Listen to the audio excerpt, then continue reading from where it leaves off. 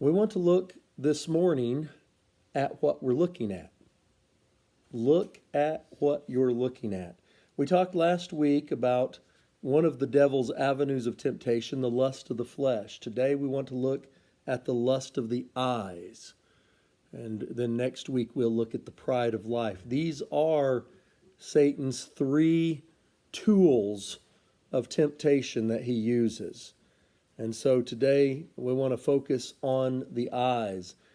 As important as our eyes are to us and to our lives, we all rode here, walked in, some drove.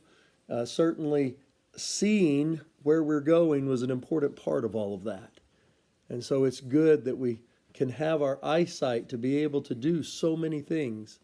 I know that it's a struggle when someone begins losing their eyesight or when someone is blind. There are a great many difficulties that they face. So many things that we just take for granted and don't think about.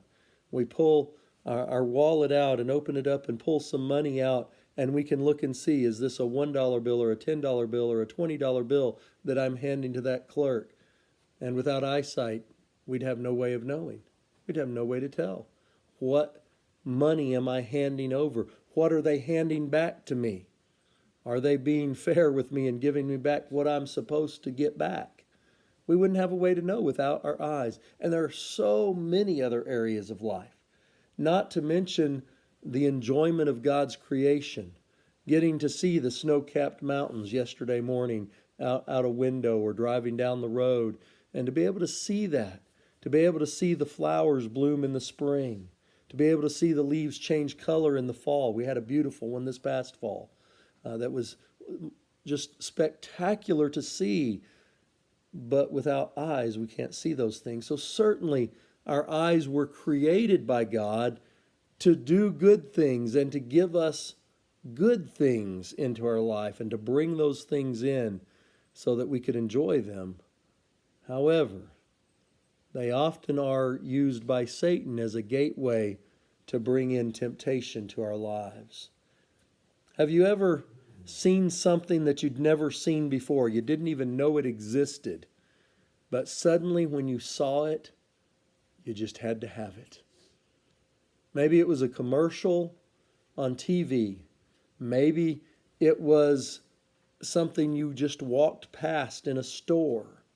Maybe it was something you saw that somebody else had already bought and they had it and you saw it for the first time and you never knew that thing was even a thing. But then all of a sudden you saw it and you thought, I've got to get one of those. I've got to have one of those.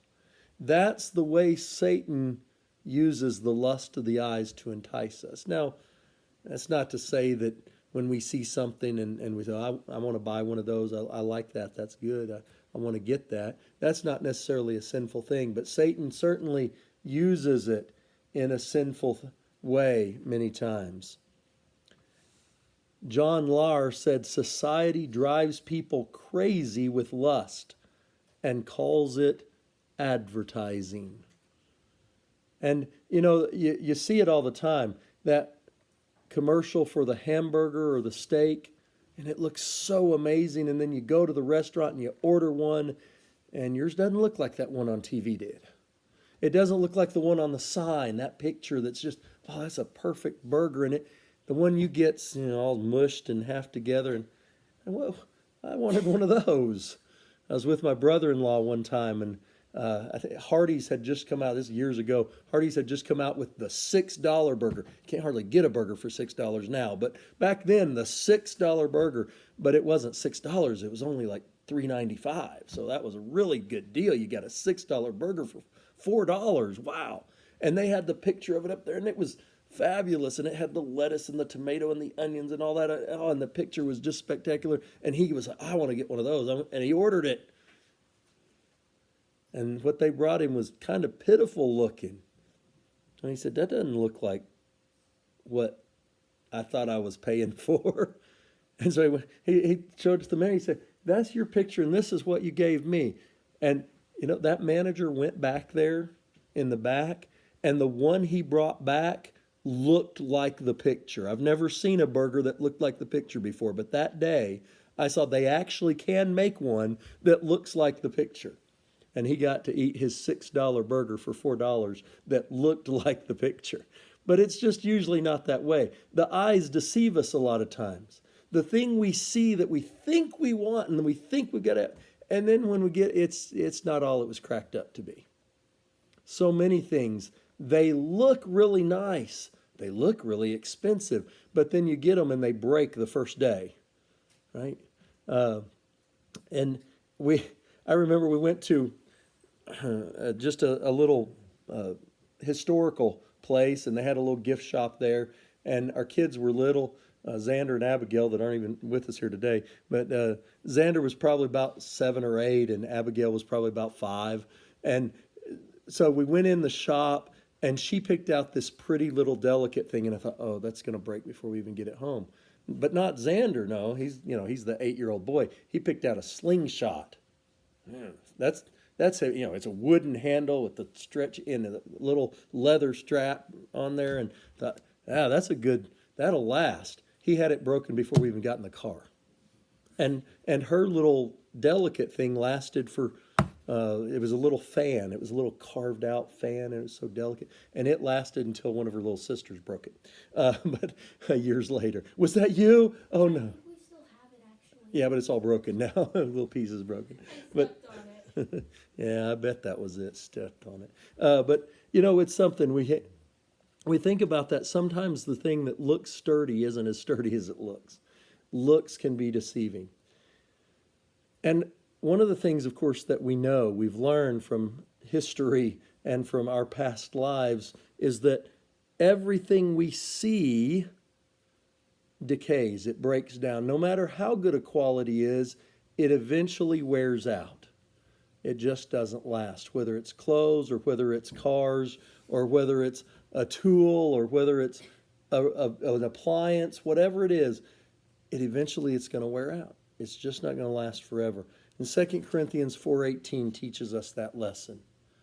He says there, while we look not at the things which are seen, but at the things which are not seen. For the things which are seen are temporary, but the things which are not seen are eternal. The things we can't see, but we're looking at them. We're looking at Jesus Christ, but we can't see him. We're looking at the Heavenly Father, but we can't see him. We're looking at a heavenly home, but we can't see it. We're looking at faith and hope and love, and we can't really see them. We can see expressions of them sometimes, but we can't really see them. But those are the things we're looking at that are going to last, that are going to be there for us. So we need to beware of what we're looking at, and that's the thing that Paul warns us of there in 2 Corinthians 4. But we need to realize that what we are looking at influences some things about us. What we are looking at influences our desires. Seeing is the beginning of many desires. We talked about that in our Bible class this morning, that sometimes, because we talked about the lust of the flesh last week, so we covered that in class this morning. And sometimes that lust of the flesh is only there because the lust of the eyes first. We saw it, and that's what made us desire it. If we hadn't seen it, we wouldn't have had that desire. And so we see it, and it influences our desires, sometimes even subconsciously. Do you remember subliminal messages? The young folks they didn't have those. They still have different types of visual messages that try to get you to want things or buy things or whatever. But those subliminal messages that flashed by so quick that you consciously didn't even realize you saw it. But somewhere there in the back of your mind knew you saw it. And all of a sudden you were sitting in that movie and, boy, I really want some popcorn.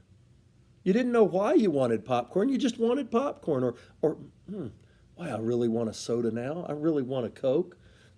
Why do I feel that all of a sudden? I wasn't thirsty 2 minutes ago, but now I just really want one.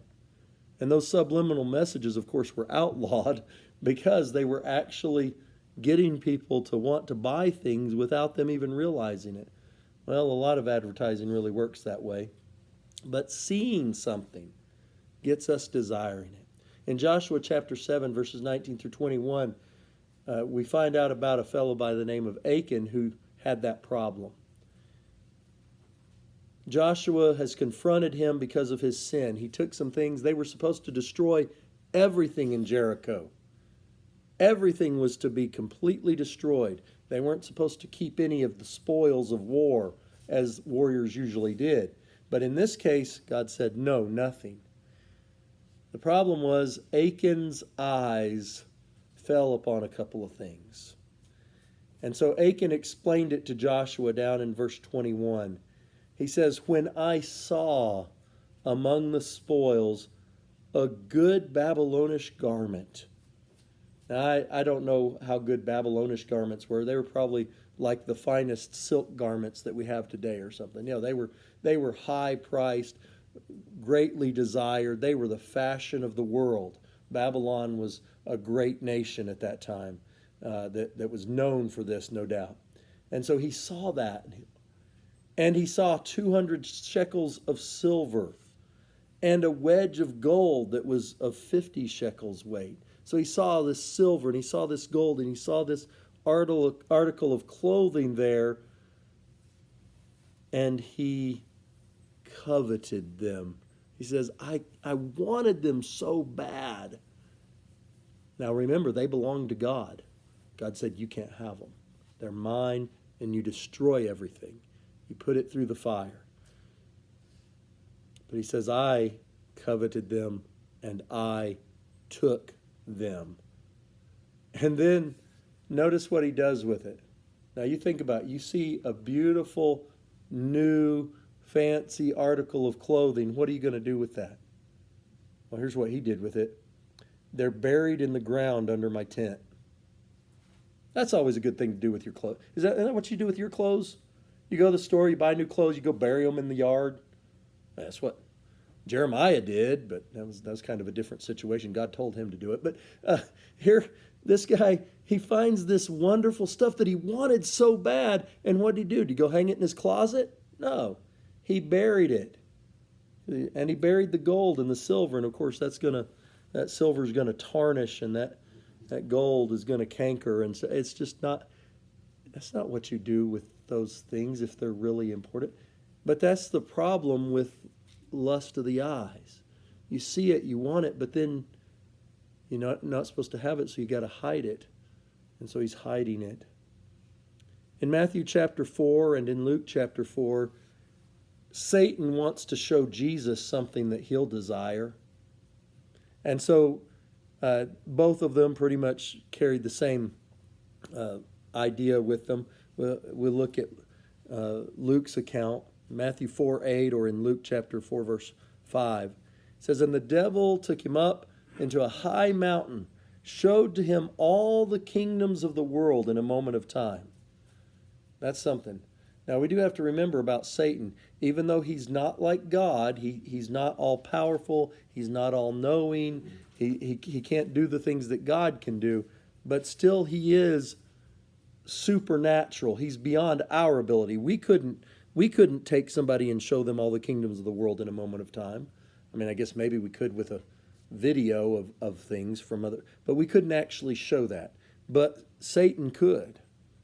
That's one of the things we have to remember. One of the reasons we struggle against sin and against temptation is because Satan has some abilities that we don't have. So we've got to beware, and we've got to keep God on our side fighting against him.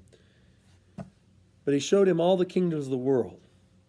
And then the devil said to him, all this I will give you, and all the glory of them, for that is delivered to me, and to whomsoever I will give it.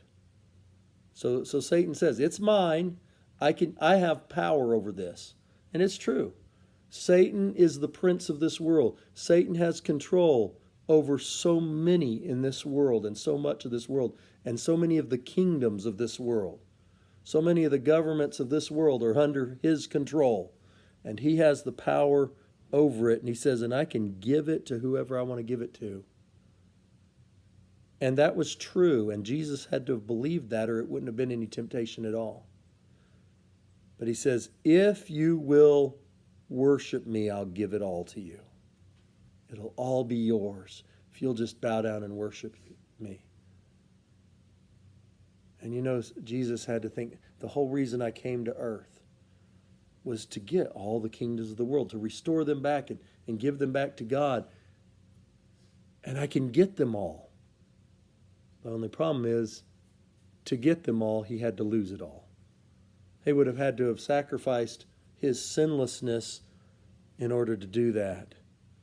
And so recognizing the trap, Jesus says in verse 8 of Luke chapter 4, "Get behind me, Satan.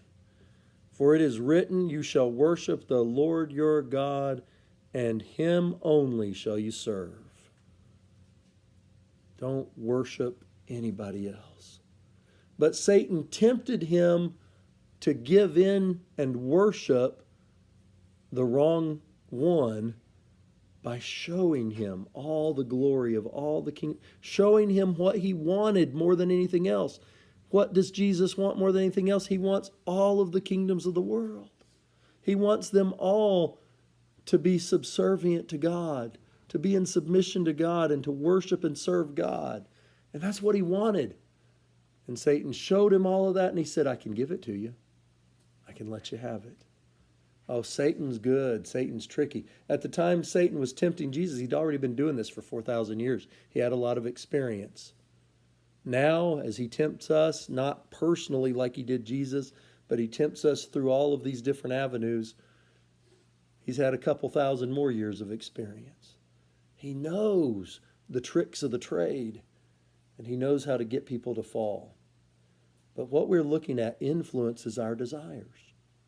The second thing we want to notice is that what we're looking at influences our world view. The things we take in through our eyes, whether it's reading it, watching it, or seeing it around us, changes how we view the world. In 1 Samuel 6 and verse 7, the Lord said to Samuel, "Don't look at his countenance or the height of his stature. I've refused him. The Lord does not see as man sees. Man looks on the outward appearance, but the Lord looks on the heart." And isn't that true? We judge people so many times based on appearances. And we have no idea what's in their heart. And unfortunately, some of the people whose appearance is the best have the worst hearts. And some people whose appearance is not all that great have some of the best hearts. And we need to realize that we don't need to look at things the way the world does. We need to look at things the way God does. But what we look at, where we're looking, are we looking at a person's physical nature, or are we looking at their spiritual nature to decide whether this is a good person or not? Philippians 2:4 also tells us, "Do not look everyone on your own things, but everyone on the things of others." Now, he's not talking about doing it in a covetous way where I'm looking on the things of others, desiring to take them away from them. Not like that. What he's saying is, don't just look at your own needs. Look at what your neighbor needs. Look at what your friends need. Look at what your fellow Christians need. Look at what other people need. That's what he's talking about when he says, look not on your own things, but on the things of others. Look at their needs. It'll change your worldview if you start looking at other people's needs instead of just focusing on your own wants and desires. You'll realize how rich you truly are when you start looking around the world at what other people don't have that you do. Proverbs 27 and verse 20 says, "Hell and destruction are never full, so the eyes of man are never satisfied." And that's the problem we have, isn't it? No matter how much we have, we always want a little more. We always see that one more thing that we want. We see that one more place we'd like to go. We see that one more thing we'd like to eat. We see that one more person that we want to be with. There's always something else to see to keep us unsatisfied. And Solomon understood it all the way back in the time of Proverbs. But Jesus teaches us to look at things a different way. In John 4 and verse 35, his disciples are looking out as a crowd of people is coming from Samaria. And Jesus says, do not say there are 4 months before the harvest. Behold, I'm telling you, lift up your eyes and look on the fields.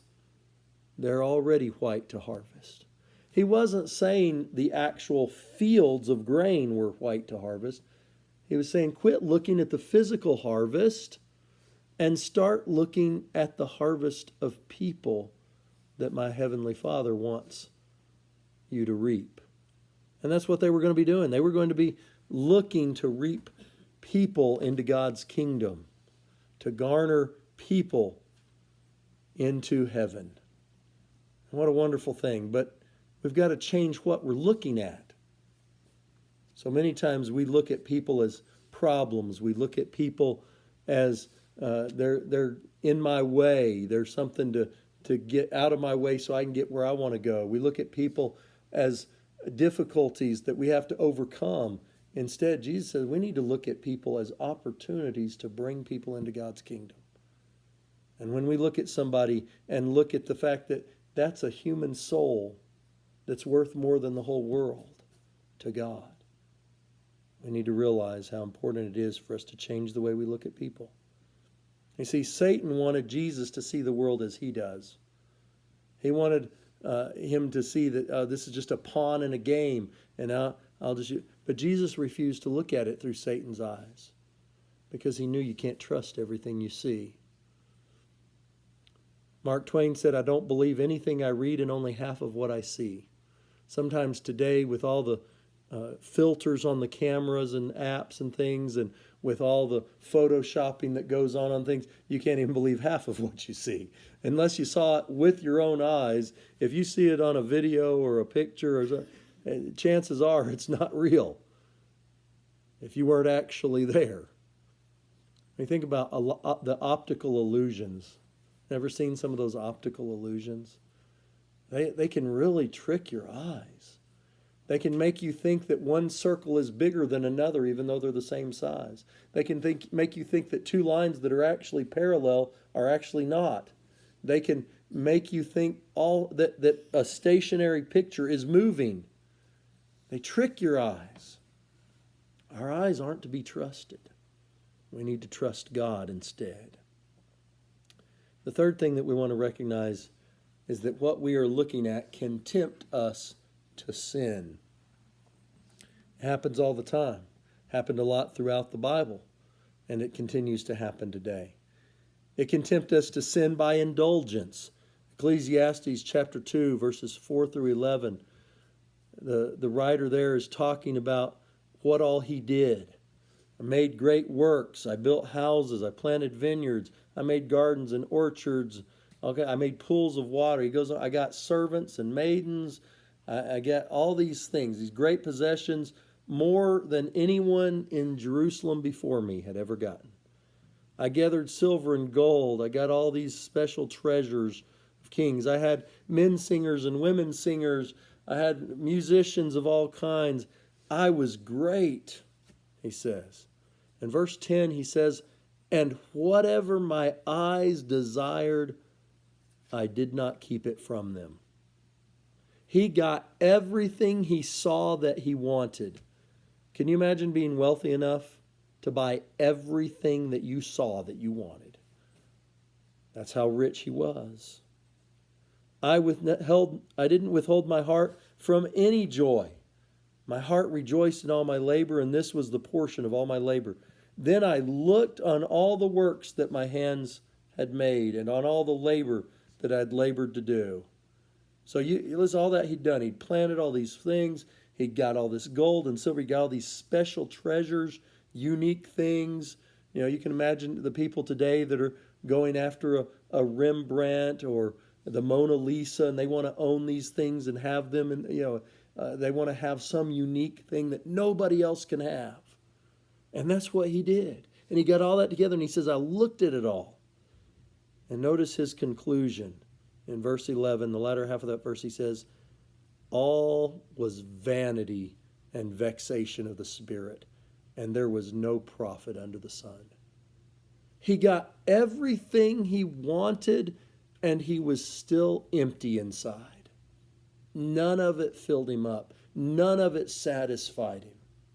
He was still miserable, and his spirit was vexed, tortured inside him, troubled, even though he had everything. Everyone else probably looked at him and envied him. Somebody was talking to me about some of these people that get so famous that everywhere they go, people recognize these Hollywood stars and musicians and stuff, and they're so famous. Everywhere they go, people are asking them for autographs and all those kinds of things. And they were being asked about, they said, got all this money, but I can't really do anything with it because I can't go anywhere. Anywhere I go, I get mobbed. I can't enjoy it. I'm like a prisoner in my own home because if I go outside, I'm going to have all these people flocking all over me. We look at them sometimes and we're envious. We think, oh, look at the life they live. And they're sometimes thinking, oh, I wish I could give it all up. I wish I could just go back to being a normal person. It's interesting, isn't it? Where you are and what you look at. But look, it can tempt us to sin. He wanted all these things. And he got all these things. And he indulged himself. He gave himself everything he saw that he wanted. And he was miserable. His soul was empty. We need to beware. So much of that we see is vain. It won't make us happy. It won't bring us true satisfaction. And it can't satisfy the soul, which is the most important of all. But it can tempt us to sin by covetousness. Now, as we saw earlier, it looked like he just had the money and everything to get what he wanted. But in Proverbs chapter 6 and verses 20 through 29, Solomon warns his son, keep your father's commandments. Don't forsake the law of your mother. Wherever you go, let it lead you. When you sleep, let it keep you. When you awake, let it talk with you. You know, that voice in your head, you hear your mama saying, now don't do that. That's not good. You hear your daddy saying, if you do that, you're going to be in trouble. You know, you hear, he said, let it talk to you. Listen to those voices from the past. They're good advice. He says they're there. The commandment is a lamp. The law is light. Reproofs of instruction are the way of life, to keep you from the evil woman, from the flattery of the tongue of a strange woman. Now remember, he's talking to his son. If he was talking to a daughter, it'd be different, obviously, but he's talking to his son. Do not lust after her beauty in your heart. Don't let her take you with her eyelids. You know, she's fluttering her little eyes at him, and he just melts, right? He says, for by means of a whorish woman, a man is brought down to a piece of bread. Coveting these things, wanting these things that they're not to have. He says, the adulteress will hunt for the precious life. Can a man take fire in his bosom and his clothes not be burned? Can one go on hot coals and his feet not be burned? So is the one that goes to his neighbor's wife. Whoever touches her shall not be innocent. So many people, they see someone or something, but many times someone that doesn't belong to them. We talked about that a little bit this morning. We talked about Herod, and we talked about the man in 1 Corinthians who had his father's wife. Saw somebody that didn't belong to them. One of the 10 commandments was, you shall not covet your neighbor's wife. Don't try to have things or people that don't belong to you. And yet, this covetousness, this desire for what is not rightfully yours, what a temptation that is for so many. It can also tempt us to sin by adultery. 2 Peter 2:14 talks about those having eyes full of adultery that cannot cease from sin. Eyes full of adultery. We don't usually think about eyes full of adultery, but remember what Jesus said. Whoever looks at a woman to lust after her has already committed adultery in his heart. And also, seeing the wrong things will get us to sin by trying to shortcut God's will, by trying to go around God's plan.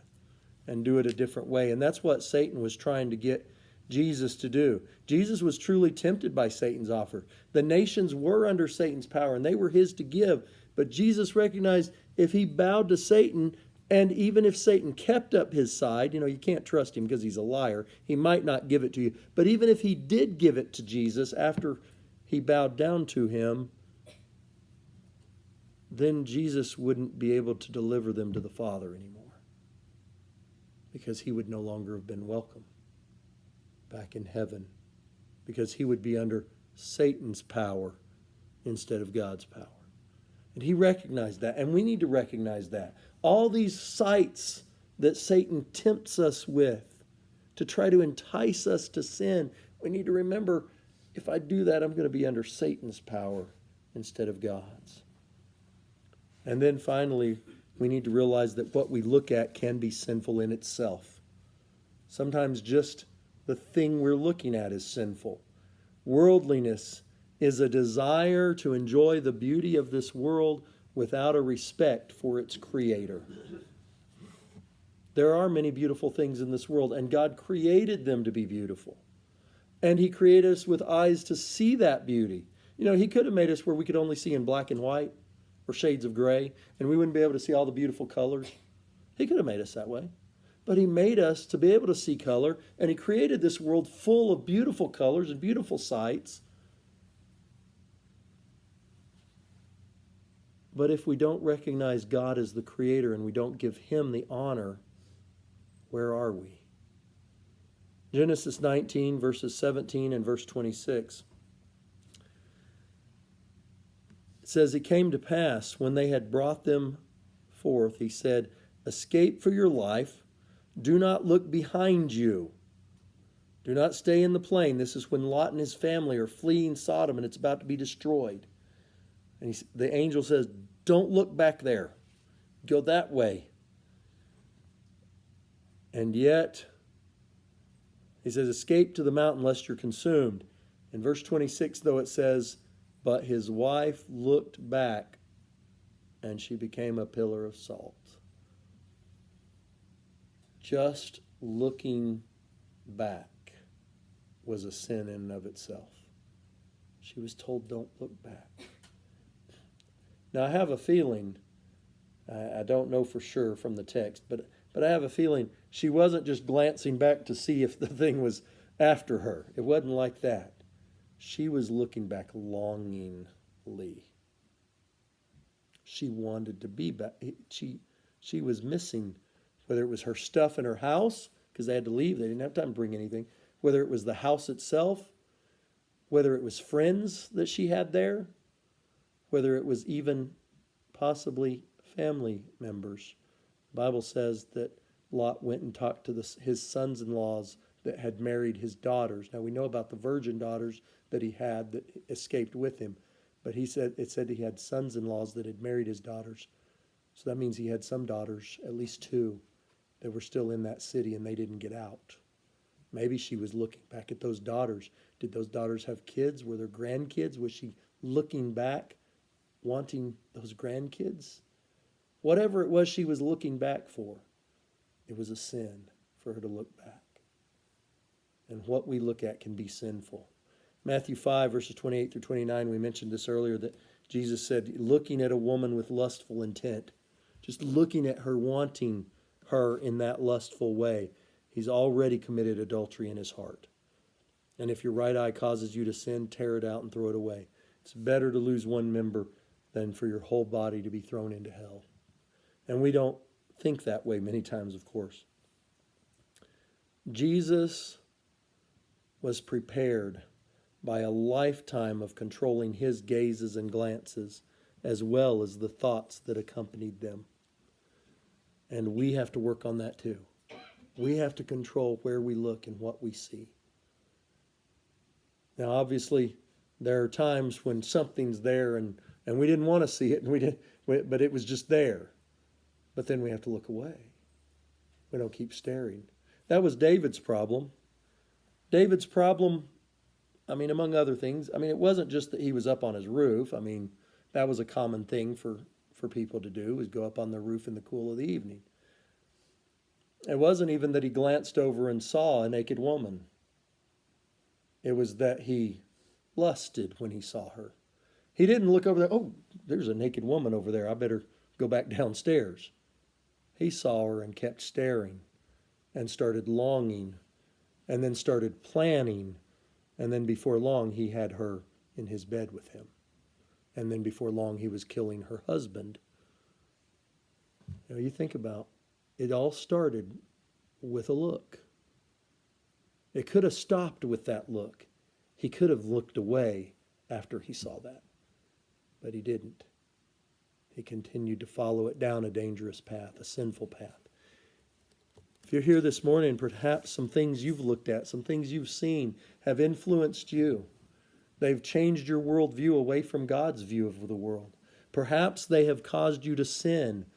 Perhaps they themselves have been sinful things that you've looked at.